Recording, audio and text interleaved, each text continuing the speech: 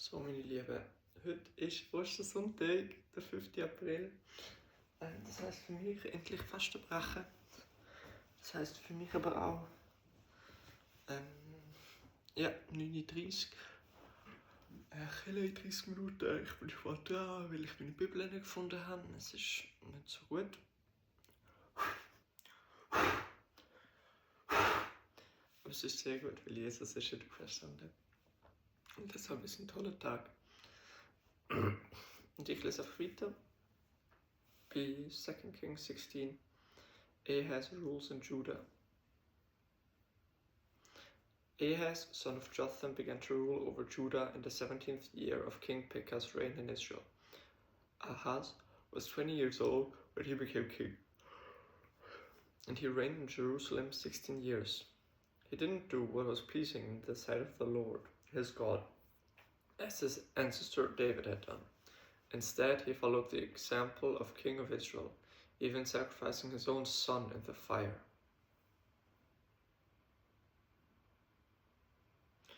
In this way, he followed the detestable practices of the pagan nations the Lord had driven from the land ahead of the Israelites.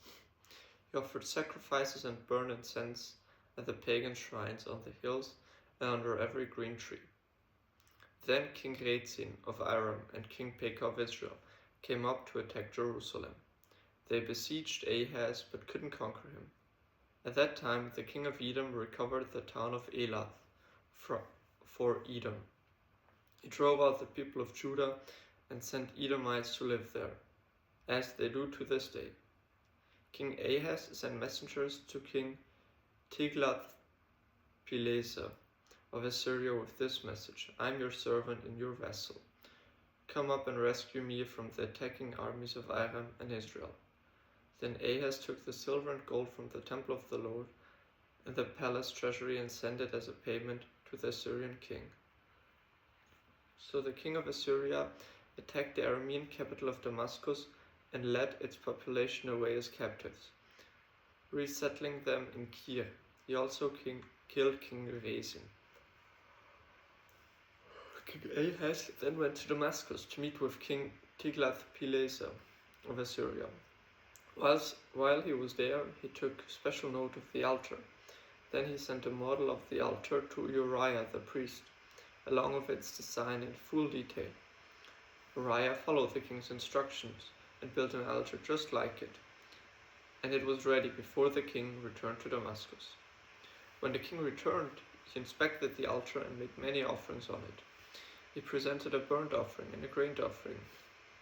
He poured out a liquid offering, and he sprinkled the blood of peace offerings on the altar. Then King Ahaz removed the old bronze altar from its place in front of the Lord's temple between the entrance and the new altar, and placed it on the north side of the altar. He told Uriah the priest, use the new altar for the morning sacrifices of burnt offerings, the evening grain offerings, the king's burnt offerings and grain offerings, and the burnt offerings of all the people, as well as the grain offerings and liquid offerings. Sprinkle the blood from all the burnt offerings and sacrifices on the new altar. The bronze altar will be for my personal use only. Uriah the priest did just as the king Ahaz commanded him. Then the king removed his side panels and basins from the portable water carts. He also removed the great bronze basin called the sea from the backs of the bronze oxen and placed it on the stone pavement.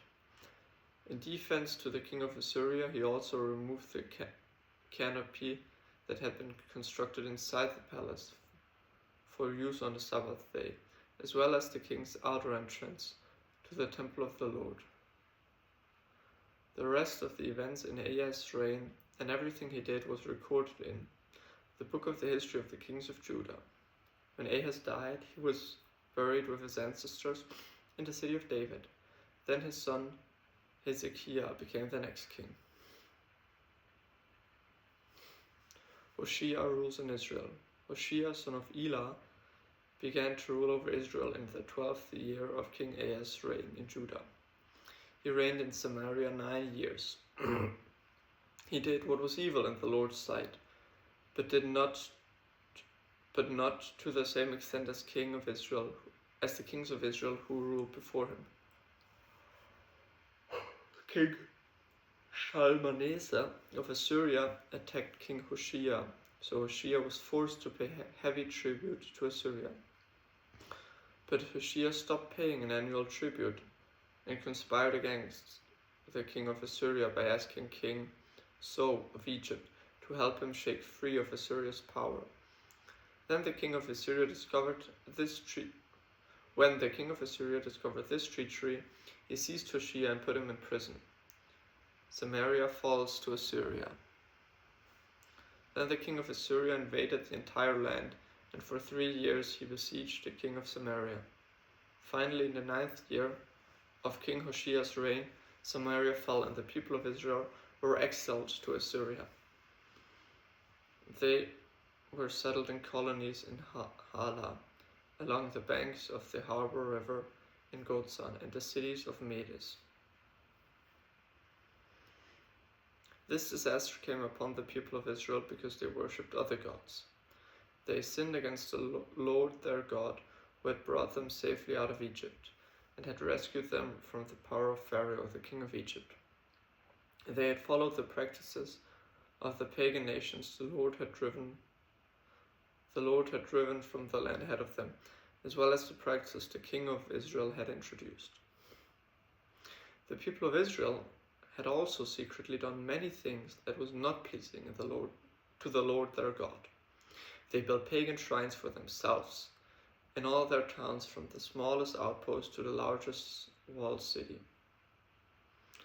They set up sacred pillars and Asherah poles at the top of every hill and under every green tree.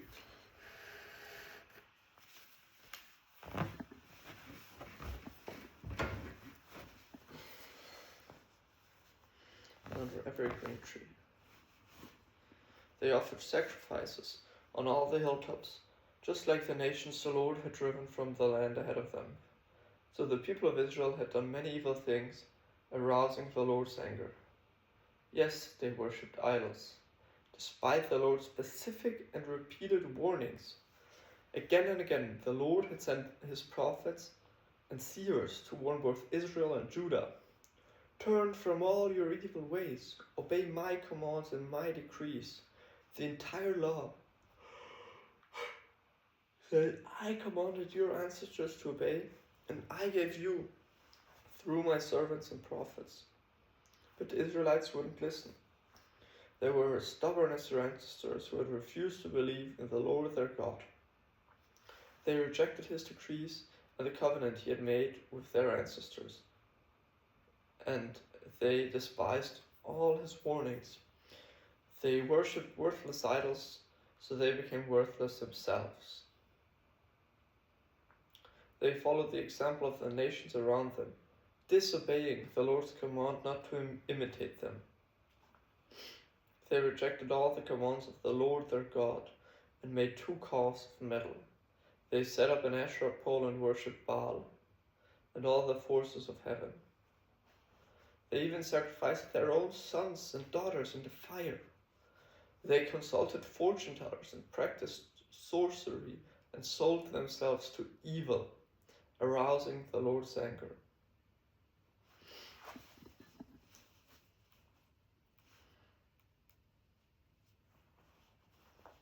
Because the Lord was very angry with Israel, he swept them away with his presence. Only the tribe of Judah remained in the land. But even the people of Judah refused to obey the commands of the Lord their God, for they followed the evil practices that Israel had introduced. The Lord rejected all the descendants of Israel. He punished them by handing them over to their attackers until he had banished Israel from his presence. For when the Lord tore Israel away from the kingdom of David, they chose Jeroboam, son of Nebat, as their king. But Jeroboam drew Israel away from following the Lord and made them commit a great sin. And the people of Israel persisted in all their evil ways of Jeroboam. They did not turn from their sins until the Lord finally swept them away from his presence. Just as all his prophets had warned, So Israel was exiled from their land to Assyria, where they remain to this day. Foreigners settle in Israel. The king of Assyria transported groups of people from Babylon, Judah, Hava, Hamath, and Sepharvaim, and resettled them in the towns of Samaria, replacing the people of Israel. They took possession of Samaria and lived in its towns. But since these foreign settlers did not worship the Lord, and when they first arrived, the Lord sent lions among them, which killed some of them. So a message was sent to the king of Assyria. The people you have sent to live in the towns of Samaria do not know the religious customs of the God of the land. He has sent lions among them to destroy them, because they have not worshipped him correctly. The king of Assyria then commanded, "Send one of the exiled priests back to Samaria. Let him live there and teach the new residents the religious customs of the God of the land." So one of the priests who had been exiled from Samaria returned to Bethel and taught the new residents how to worship the Lord. But these various groups of foreigners also continued to worship their own gods. In town after town where they lived, they placed their idols at the pagan shrines that the people of Samaria had built. Those from Babylon worshipped idols of their own, Sugoth, Benoth. Those from Kutta worshipped their god Nergal, and those from Hamath worshipped Ashima. The Avites worshipped their gods Nipas and Tartak, and the people from Sepharvaim burned their own children as sacrifices to their god Adramelech and Anamelech. These new residents worshipped the Lord, but they also appointed from among themselves all sorts of people as priests to offer sacrifices at their places of worship. And though they worshipped the Lord, they continued to follow their own gods according to the religious customs of the nations from which they came. And this is still going on today. They continue to follow their former practices instead of truly worshipping the Lord and obeying the decrees, regulations, instructions, and commands he gave the descendants of Jacob, whose name he changed to Israel. For the Lord had made a covenant with the descendants of Jacob and commanded them, "Do not worship any other gods, or bow before them, or serve them, or offer sacrifices for them. But worship only the Lord who brought you out of Egypt with great strength and a powerful arm. Bow down to him alone and offer sacrifices only to him. Be careful at all times to obey the decrees, regulations, instructions, and commandments that he wrote for you. You must not worship other gods. Do not forget the covenant I made with you. Do not worship other gods. You must worship only the Lord your God. He is the one who will rescue you from all your enemies." But the people wouldn't listen and continued to follow their former practices. So while these new residents worshiped the Lord, they also worshiped their idols, and to this day their descendants do the same.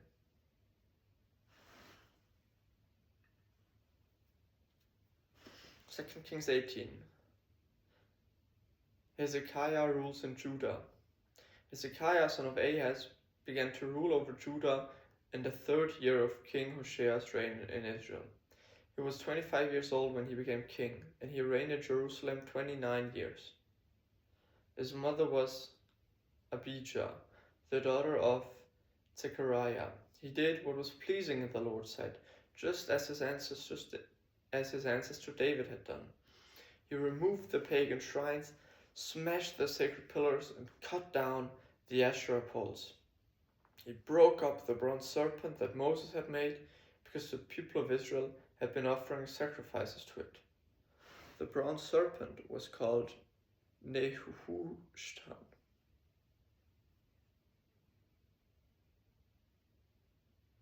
This means bronze or unclean thing.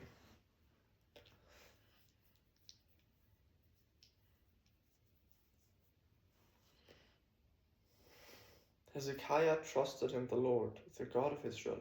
There was no one like him among all the kings of Judah, either before or after his time.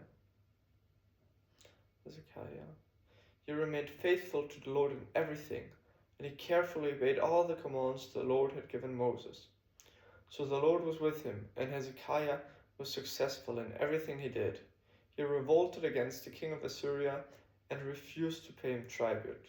He also conquered the Philistines as far as Gaza, as far distant as Gaza and its territory.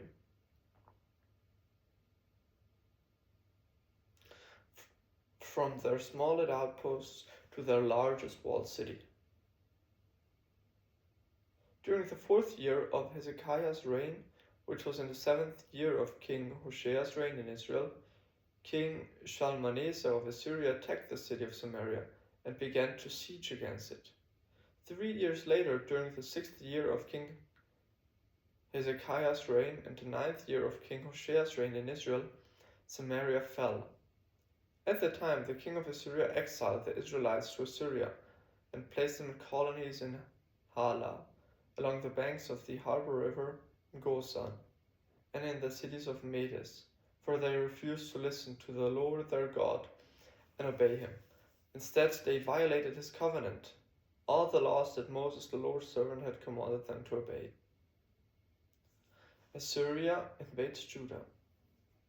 In the 14th year of King Hezekiah's reign, King Sennacherib of Assyria came to attack the fortified towns of Judah and conquered them.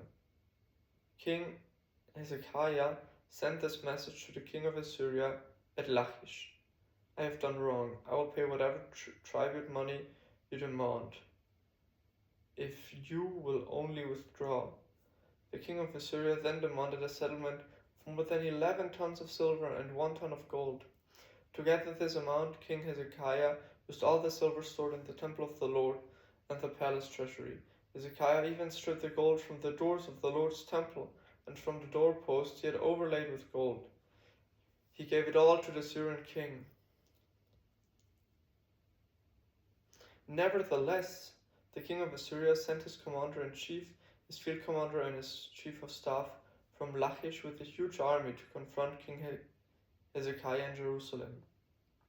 The Assyrians took up a position besides the aqueduct that feds water into the upper pool near the road leading to the field where cloth was washed. They summoned King Hezekiah, but the king sent these officials to meet them: Eliakim, son of Hilkiah, the palace administrator, Shebna, the court secretary, and Joah, son of Apath, the royal historian.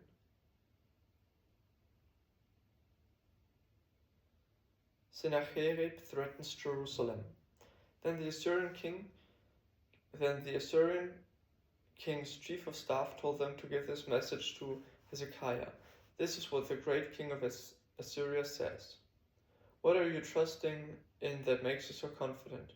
Do you think that your words can substitute for military skill and strength? Who are you to continue on that you have rebelled against me? On Egypt, if I lean on Egypt, it will be like a reed that splinters beneath your weight and pierces your hand. Pharaoh, the king of Egypt, is completely unreliable. But perhaps you will say to me, we are trusting in the Lord our God. But isn't he the one who was insulted by Hezekiah? Didn't Hezekiah tear down his shrines and altars and make everyone in Judah and Jerusalem worship only the altar here in Jerusalem? I'll tell you what, strike a bargain against my master, the king of Assyria. I will give you 2,000 horses if you can find that many men to ride on them. With your tiny army, how can you think of challenging even the weakest contingent of my master's troops, even with the help of Egypt's chariots and charioteers? What's more, do you think you have invaded your land without the Lord's direction? The Lord himself told us, attack this land and destroy it. Then Eliakim, son of Hilkiah, Shebna, and Joash said to the Assyrian chief of staff, Please speak with us in Aramaic, for for we understand it well. Don't speak in Hebrew, for the people on the wall will hear. But Sennacherib's chief of staff replied, Do you think my master sent this message only to you and your master? We want all the people to hear it. For when we put this city under siege, they will suffer along with you. They will be so hungry and thirsty that they will eat their own dung and drink their own urine. Then the chief of staff stood and shouted in Hebrew to the people on the wall, Listen to this message from the great king of Assyria. This is what the king says, Don't let Hezekiah deceive you. He will never be able to rescue you from my power. Don't let him fool you into trusting into the Lord by saying, The Lord will surely rescue us. This city will never fall into the hands of the Assyrian king. Don't listen to Hezekiah.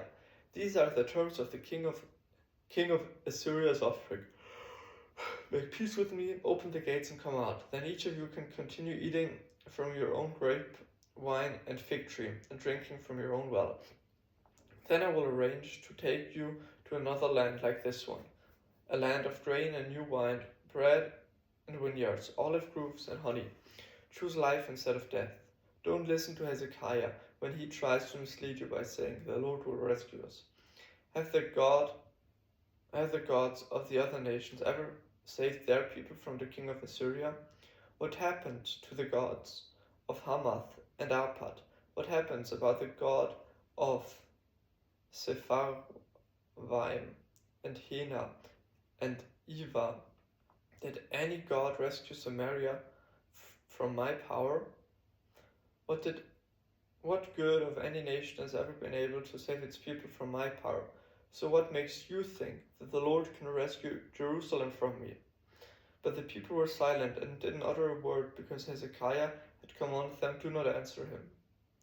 Then Eliakim, son of Hilkiah, the palace administrator, Shebna, the court secretary, and Joab, son of Asaph, the royal historian, went back to Hezekiah.